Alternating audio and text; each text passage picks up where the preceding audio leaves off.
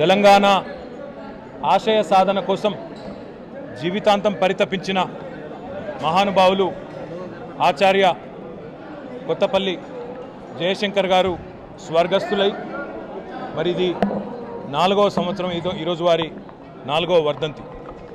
తెలంగాణ రాష్ట్రం అనే ఒక కళ సాకారమైన నాటి నుండి నేటి వరకు ఈ సంవత్సర కాలంలో అడుగడుగున ఎలాంటి ఆనందదాయకమైన సందర్భం వచ్చినా అందరం కూడా తెలంగాణ రాష్ట్ర సమితి కుటుంబ సభ్యులందరం కూడా ప్రతి సందర్భంలో కూడా వారిని గుర్తు చేసుకున్నాం. వారిని తలుచుకొని బాధపడని క్షణం లేదు.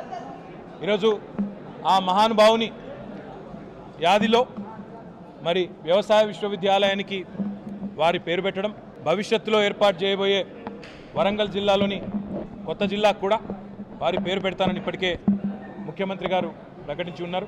పెద్దలు కేసీఆర్ గారి నాయకత్వంలో మరి జయశంకర్ గారు చూపిన బాటలో అందరం కూడా సమిష్టిగా ముందుకు సాగుతామని చెప్పి వారి ఆశయాలకు ఈరోజు అందరం కూడా పునరంకితం అవుతూ శాసించి సాధించాలి తప్ప యాచించి సాధించకూడదని చెప్పి జయశంకర్ సార్ ఎప్పుడు చెప్తూ ఉండేవారు.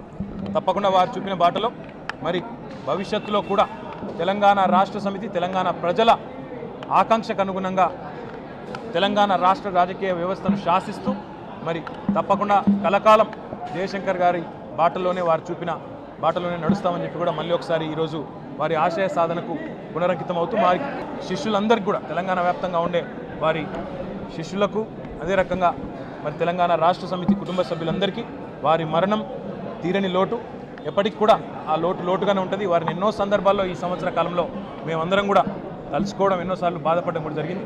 తప్పకుండా వారి ఆశయ సాధనకు అందరం కూడా పునరంకితం అవుతామని చెప్పి తెలియజేస్తూ ఈ న్యూస్లో ఆ టేపులు ఎక్కడి నుంచి వచ్చినాయో దానికి వివరణ ఇవ్వాలి. ఏపీ పోలీసులు ఏమిచ్చారు? నోటీస్ ఇచ్చారు. నోటీస్ జవాబు చెప్తే క్లోజ్ అవుతుంది. నీ మాటల బట్టే ఓ గంట ముందు సంచలన వార్తలు వస్తాయి. ఆ సంచలన వార్తలు వస్తాయన్న దానికి రూపకల్పన ఎవరు చేశారు?